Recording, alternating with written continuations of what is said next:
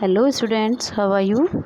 Students, today we will start our science chapter 3 fiber to fabric part 2 video for class 7th.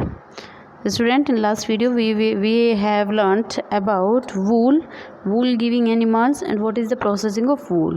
So today we will start next animal fiber name is silk. So student, what is silk? Silk क्या होता है? तो देखिए, silk का जो fibre होता है वो इंडिया में कॉमनली यूज़ किया जाता है।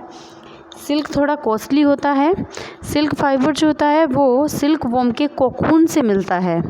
सिल्क मोथ मलबेरी प्लांट पर ग्रो करता है। मलबेरी यानी शहतूत का जो प्लांट होता है उस पर ग्रो करता है। सिल्क जो होता है वो जिस मोथ से हमें मिलता है उसका नाम होता है सिल्क मोथ, उसको हम सिल्क वॉर्म भी कहते हैं। सिल्क वॉर्म के कोकून से हमें सिल्क के फाइबर मिलते हैं और सिल्क मोथ यानी सिल्क वॉर्म जो होता है वो मलबेरी प्लांट यानी शहतूत के प्लांट पर ग्रो करता है। नाउ टाइप्स ऑफ सिल्क के टाइप्स। सिल्क वॉर्म जो होता है उसके द्वारा जो सिल्क प्रोड्यूस होता है वो लस्टर और टेक्सचर में अलग अलग टाइप का होता है।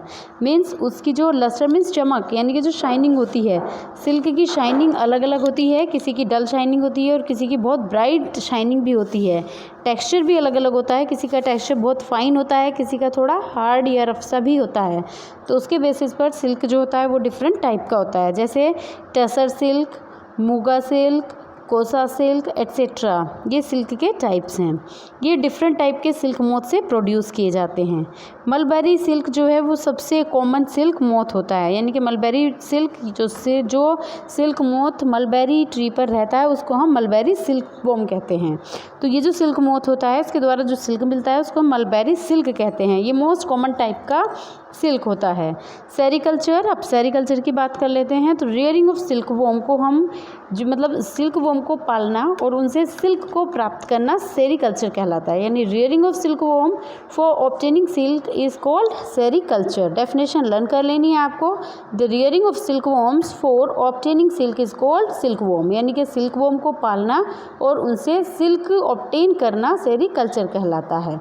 ये डायग्राम है सिल्क मोथ का। तो देखिए, फीमेल सिल्क मोथ और मेल सिल्क मोथ इसमें दिखाए हुए हैं। मेल सिल्क वॉर्म जो होता है वो सिल्क मोथ थोड़ा साइज में छोटा होता है, जबकि फीमेल सिल्क मोथ साइज में बड़ा होता है। ये सिल्क वॉर्म होते हैं, यानी कि कैटरपिलर ऑफ सिल्क मोथ हैं, जिनके द्वारा सिल्क प्रोड्यूस किया जाता है। नाउ हिस्ट्री ऑफ सिल्क सबसे पहले चाइना में डिस्कवर किया गया था। 3500 BC पहले की बात है। सिल्क जो है वो प्राइज्ड था, यानी कि बहुत कॉस्टली था, क्योंकि इसका ये जो सिल्क था वो बहुत फाइन क्वालिटी का और लस्टर वाला था। सिल्क जो है वो चाइना के जो एम्परर थे उनके द्वारा ओरिजिन किया गया था और जो सिल्क ट्रेड था वो उनके द्वारा ही वर्ल्ड में स्प्रेड भी किया गया था। सिल्क एक स्टेपल ट्रेड की तरह से एंशिएंट टाइम में इसको एक स्टेपल आइटम के रूप में इसको यूज़ किया जाता था। इसीलिए जो एंशिएंट ट्रेड रूट थे वो चाइना से लिंक्ड थे। क्यों? क्योंकि सबसे पहले सिल्क की डिस्कवरी चाइना में ही हुई थी और चाइना से ही ये वर्ल्ड के अदर पार्ट्स में गया था, इसीलिए इसको सिल्क रूट कहते हैं। अब सिल्क जो है वो धीरे धीरे चाइना से लेके धीरे धीरे इंडस वैली सिविलाइजेशन तक फैला था। और अब ये सिल्क जो है वो सबसे पहले चाइना, फिर उसके बाद इंडिया, उसके बाद वर्ल्ड के अदर पार्ट्स में स्प्रेड आउट हुआ। देखिए स्टूडेंट्स, ये है मलबेरी का ट्री। इसमें ये मलबेरी फ्रूट्स, सेकंड स्लाइड में ये मलबेरी के फ्रूट्स दिखाए हुए हैं। ये मलबेरी की लीव्स होती हैं जो 3 टाइप की होती हैं। ये देखिए, ये मलबेरी की लीव्स हैं। Now life cycle of silk worm. Silk moth की लाइफ साइकिल को 4 स्टेजेस में डिवाइड किया गया है: eggs, larva, pupa and adult. Female silk moth जो होती है वो एग ले करती है 14 डे के बाद। देखिए, जैसे ही सिल्क मोथ जो है वो एग ले करेगी उसके 14 डे के बाद एग जो है वो हैच होंगे और हैच होने के बाद उनसे लार्वा निकलेंगे। सिल्क मोथ के लार्वा को कैटरपिलर बोला जाता है। कैटरपिलर धीरे धीरे लीव्स खाएंगे, लीव खाने के बाद वो ग्रो करेंगे, ग्रो करके वो प्यूपा बनाएंगे।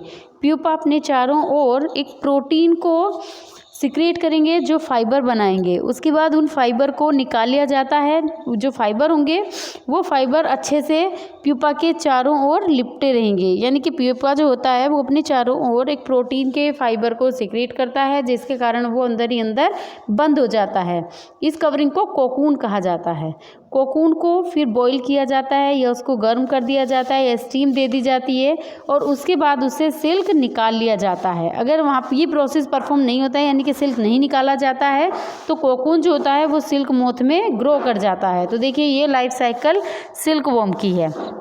इसमें देखिए ये एडल्ट मोथ है, ये भी एडल्ट सिल्क मोथ है फीमेल। ये यहाँ पर एग देगा, मलबेरी की लीव पर ये एग हैं। उसके बाद एग 14 डे बाद हैच होंगे और यहाँ पर लार्वा यानी कि कैटरपिलर बनेंगे। कैटरपिलर अपने चारों ओर एक प्रोटीन फाइबर का फॉर्मेशन करेगा, जिसके कारण प्यूपा जो है वो धीरे धीरे अपने आप को कवर कर लेगा। इनके अंदर प्यूपा कवर होगा। उसके बाद जो कोकून होंगे वो धीरे धीरे डेवलप मोथ में, जो डेवलपिंग मोथ होता है यानी कि छोटा मोथ बनना शुरू हो जाएगा और इससे फिर से एडल्ट सिल्क मोथ बन जाएगा। ये life cycle of silk moth होती है। नाउ प्रोसेसिंग ऑफ सिल्क, यानी कि सिल्क मोथ से अब हम सिल्क को कैसे ऑब्टेन करेंगे, कैसे प्राप्त करेंगे। तो देखिए इसको 4 पार्ट में डिवाइड किया हुआ है, rearing, reeling, dyeing and spinning and weaving. So students देखिए प्रोसेसिंग ऑफ सिल्क की बात करते हैं। Female silk moth, male silk moth egg दिए, एग देने के बाद कैटरपिलर आए, कैटरपिलर से कोकून बना। कोकून को जब यहाँ पर बॉईल कर दिया जाएगा, ये स्टीम के द्वारा एक्सपोज कर दिया जाएगा, तब उनसे ये थ्रेड बनेंगे, सिल्क थ्रेड।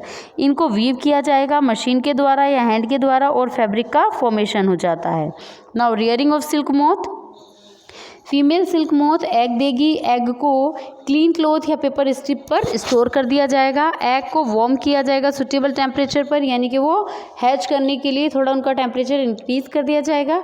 उसके बाद 14 डे के बाद एग हैच होंगे और उनसे लार्वा बनेंगे, जो कैटरपिलर या सिल्क वॉर्म कहलाएंगे। इनको हम कैटरपिलर्स या सिल्क वॉर्म कहते हैं। तो याद रखना मोथ यानी एडल्ट सिल्क मोथ हो जाता है, और अगर हम उसके लार्वा की बात करेंगे तो वो कैटरपिलर या सिल्क वॉर्म कहलाएगा। सिल्क वॉर्म को बैम्बू ट्रेस पर रखा जाएगा और उनको खाने के लिए मलबेरी की फ्रेश लीव दी जाएंगी, जिसके कारण जो कैटरपिलर होता है वो धीरे धीरे साइज में ग्रो करेगा। 30 to 40 डे के बाद जो सिल्क वॉर्म होगा वो खाना बंद करेगा। बंद करने के बाद वो अपने चारों ओर कोकून का फॉर्मेशन करेगा। कोकून मीन्स जो सिल्क होता है वो प्रोटीन होता है, यानी कि प्रोटीन के फाइबर का फॉर्मेशन करेगा, जो चारों ओर से प्यूपा को कवर करके रखेगा, उसको कोकून कहते हैं।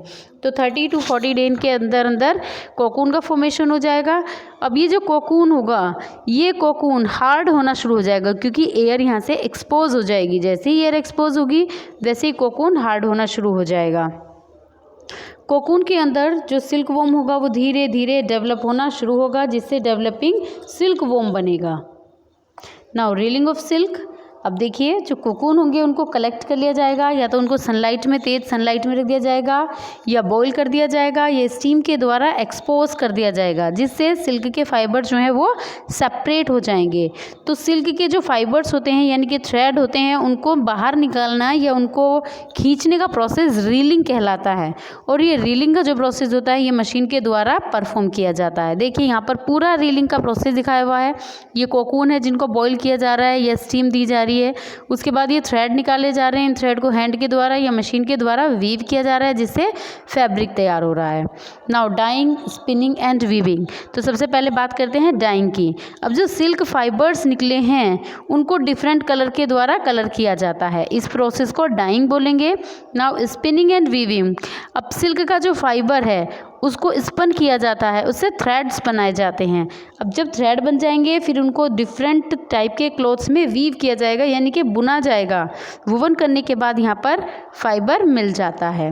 Now spinning and weaving of silk, तो देखिए स्टूडेंट यहाँ पर स्पिनिंग और वीविंग दोनों प्रोसेस दिखाए हुए हैं, यानी कि यहाँ पर हाथ के द्वारा ये बुने जा रहे हैं कपड़े यानी क्लॉथ्स यानी फाइबर्स, और ये देखिए यहाँ पर फाइबर तैयार हो चुके हैं। Now usages of silk, silk एक कॉस्टली फाइबर होता है फैब्रिक होता है, कोस्ट का जो फैब्रिक होता है वो कॉस्टली होता है। सिल्क फाइबर को डिफरेंट टाइप के क्लोथ्स जैसे कुर्ती, साड़ी, शॉल आदि और जो वेडिंग क्लोथ्स होते हैं यानी कि जो शादी पर कपड़े पहने जाते हैं जो बहुत ज़्यादा शाइनिंग होते हैं, उनको बुनने के लिए, उनको वीव करने के लिए सिल्क फाइबर का यूज़ किया जाता है। सिल्क जो है वो हमेशा उसकी फाइन क्वालिटी और लस्टर के कारण हमेशा ही कॉस्टली होता है, प्राइस्ड होता है। इसीलिए जब देखिए जो हमारी कंट्री है इंडिया, वो चाइना से दूसरे रैंक पर आती है सिल्क के प्रोडक्शन में, यानी कि सिल्क प्रोड्यूस करने के लिए जो सिल्क प्रोडक्शन होता है उसके लिए जो लार्ज स्केल वाली कंट्रीज़ हैं उसमें पहली रैंक पर चाइना है और उसके बाद इंडिया है। सो स्टूडेंट्स, आई होप आपकी समझ में वीडियो आई होगी। So students, thank you.